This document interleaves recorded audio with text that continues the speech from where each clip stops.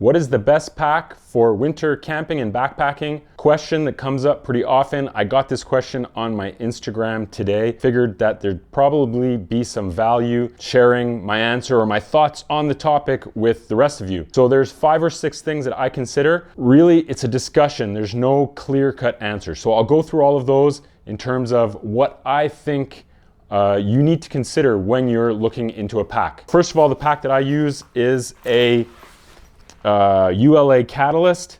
It's a pack that I had kind of custom modified or built based on their Catalyst design. So I'll get into the details of some of the things I added on that, but if you want to know the short answer, this is what I'm using. But I'll break down some of the reasons behind why I picked certain features, and if there was a perfect pack out there, what would it be? Because this isn't perfect. It's pretty good, but it's not perfect.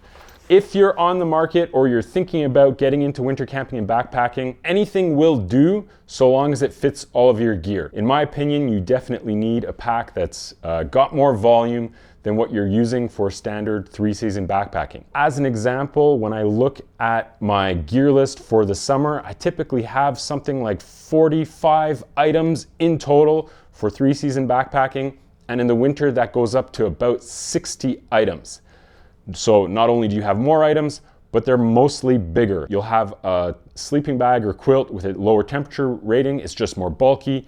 You'll have a bigger puffy jacket. You'll also have bigger items in general.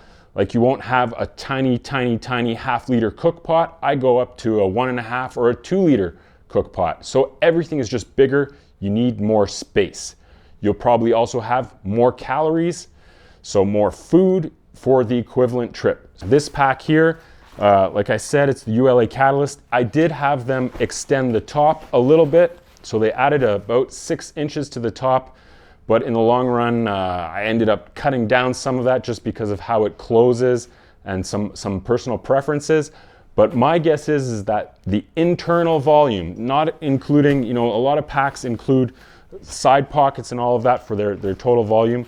My guess is that the internal volume of this pack is right around 75 liters. It might be closer to 70 or maybe closer to 80. I'm not quite sure, but it's a very large volume pack.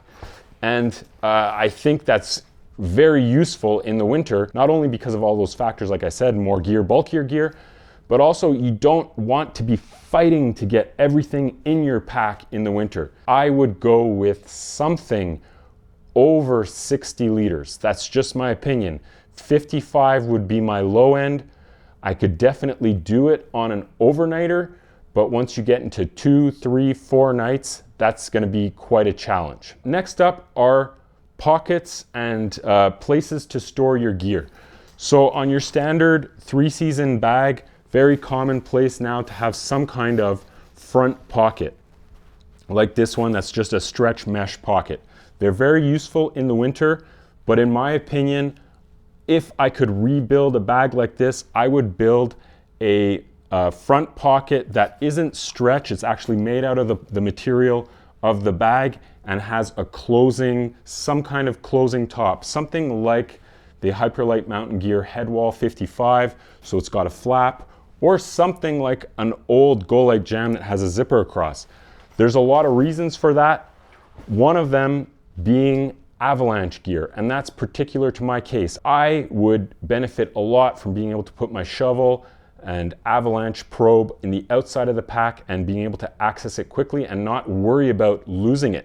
I would probably put a stretch pocket like this one in front of that, the permanent pocket, the non-stretch pocket, just as a place to put things quickly like a shell jacket, etc. A little side note on that topic, I'm not a big fan of mesh front pockets.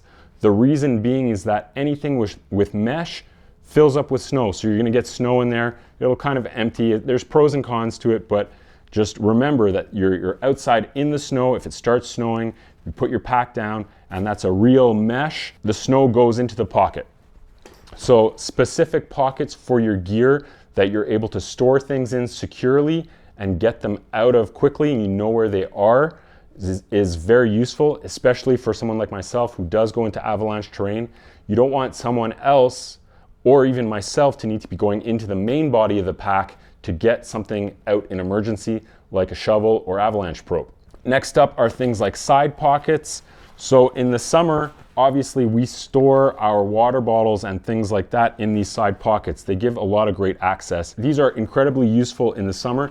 They are also useful in the winter, but everything changes a little bit in the winter. First of all, one of the things that I do is I put my main Nalgene water bottle in an insulated pouch, and that can mean that it's very difficult to get it into side pockets, and that can also compress the insulation. When it starts snowing, a loose pocket like this just fills up with snow, so storing things like gloves and mitts, they just get covered in snow, and the use case of all of your gear changes slightly in the winter. It's something that I considered when making this pack. I almost had them make it without the side pockets, but we do put things like tent poles sometimes, foam, ground pad. It's very useful to have this storage here. And in certain situations, I just don't put anything in them. I can cinch them down, and it means that they don't fill up with snow too much, or very little snow gets in them. Number 4 is a top brain. You'll see the top brain on a lot of winter packs or expedition packs. They drive me absolutely crazy. My opinion is that the best style of opening is exactly the same thing as you use or see in a lot of summer packs, which is a large roll top. Ease of use becomes more and more important as the conditions get more and more challenging. I like how it keeps snow out of it. It means that I can store my jacket on there. I can do all kinds of things. The top brain is more of a hassle than it's worth. The last part are accessories and add-ons depending on your style of trip. So one of the things that I had them add on this pack was a type of compression strap or accessory attachment point. What I do sometimes is attach a closed cell foam pad, so a large Thermarest ridge rest like this one actually, on the outside of the pack, right on the front, like that, or the back, I'm not sure which way you'd say it. And it just means that I can get that on and off very quickly with these straps. A lot of packs have something like that. I'm using a closed cell foam pad as a layer to my sleeping system less often now, but having that option is really nice. And I prefer having it vertically than horizontally just because it catches on less things. It's a little bit more streamlined. Other things to consider, are you using snowshoes? So again, this style of strap system means I can attach snowshoes to the pack very well, and I don't have to take them on and off of the pack to get into the main opening. Another part which this pack doesn't have are ways to store and attach skis. So having some kind of strapping system with a lower strap and an upper strap, being able to carry your skis A-frame style is definitely an advantage. Is something that this pack doesn't have. My skis are light enough to be able to attach them different ways and do that for a short period of time. Overall, you want to be thinking about how long your trips are going to be, how bulky your gear is, how much weight you're willing to carry, and then if you want to be using different packs for multiple different trips.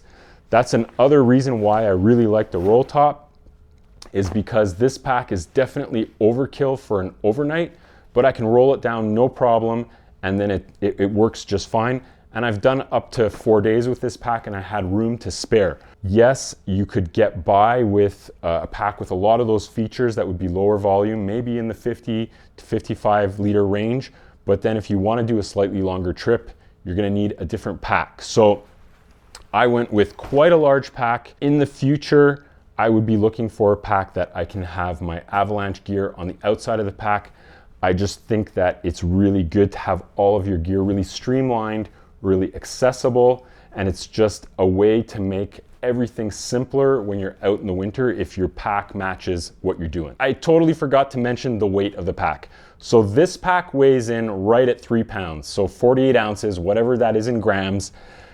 It's fairly light for the volume and its carrying capacity. If you look into packs that are sold as expedition or winter packs by Gregory, Osprey, so I had an Osprey Aether 75, Mountain Hardwear, they're weighing in at 5, 6, 7 pounds. Now, You have more gear, so you want a more capable pack that's able to handle heavier weights. But like anything, as you start to add those pounds in the base weight of your pack, it's just more and more weight. Everything adds up really quickly, so I would also be looking for the lightest pack possible. Like I said, this one's 3 pounds. It has 2 internal aluminum stays. It handles loads very well. It has a very good hip belt, transfers loads very well. So again, just like in the summer, you're trying to reduce your weight as much as possible, almost more so in the winter, because things can quickly get out of hand. So my base weight for the winter right now using this pack is right around 25 pounds. And add in some food for a few days, some fuel, and you're quickly up at the 35 to 40 pound mark, meaning that you need a more substantial, more capable bag.